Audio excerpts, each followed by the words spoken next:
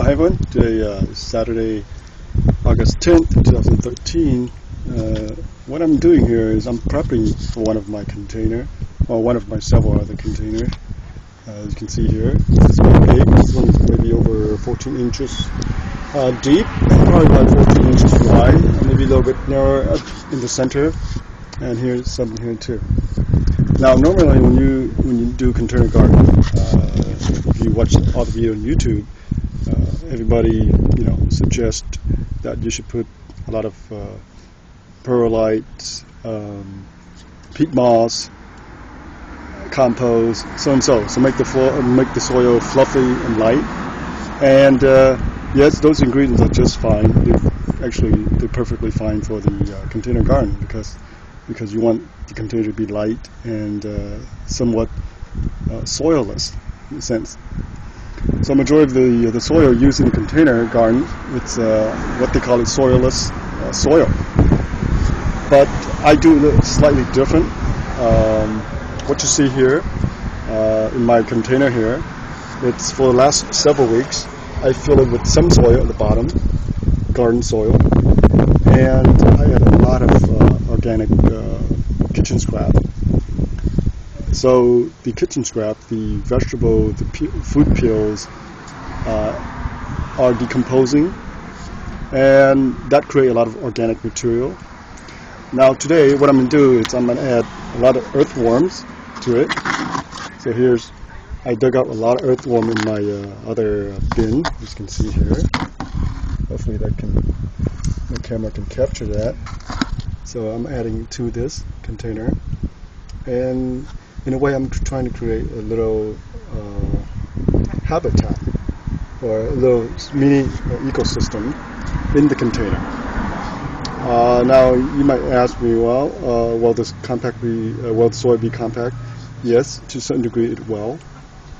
But by having the worms in this container, the worm will actually help aerate the soil, create a lot of airflow, actually loosening up the soil.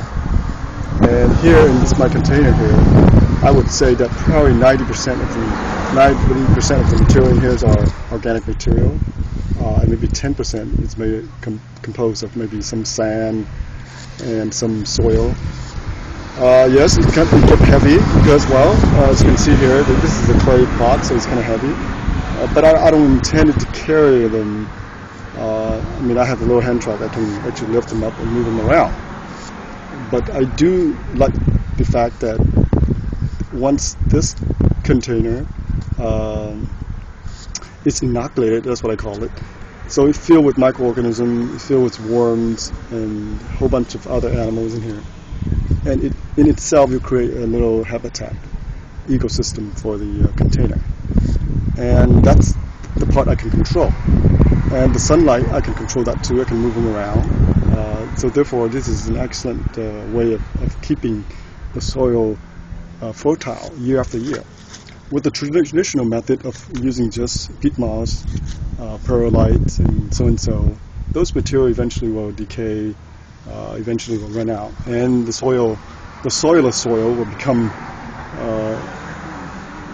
neutralized, and then you won't have much organic material left, and then you have to add a lot of compost. So with this method, as long as I keep some scrap in here, the worm will stay in here, and I can show you with other containers. And therefore, year after year, the worm will actually migrate in here, in and out, because it's on the bottom of the soil, of the dirt. Or I can move them around. And once in a while, I'll check the soil to make sure the worm is still there. But by adding organic material to this container, the worm will stay, and it will produce worm casts for the plant that I eventually plant in here. Okay, so that's my way of creating a container garden. Same way with my other box container in the backyard.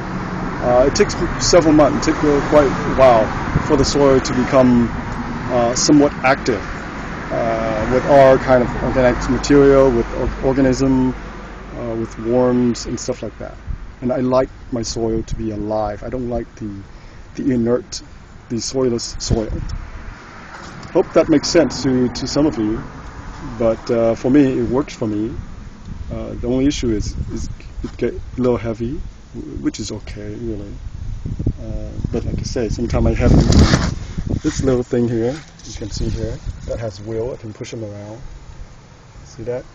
So the weight issue is not a problem. Okay, please post a comment and let me know what you think. And like I say, this worked for me very well. And the soils actually become very active with a lot of nutrients and a lot of microorganisms, earthworms, and so on. Okay, then well, thank you for watching.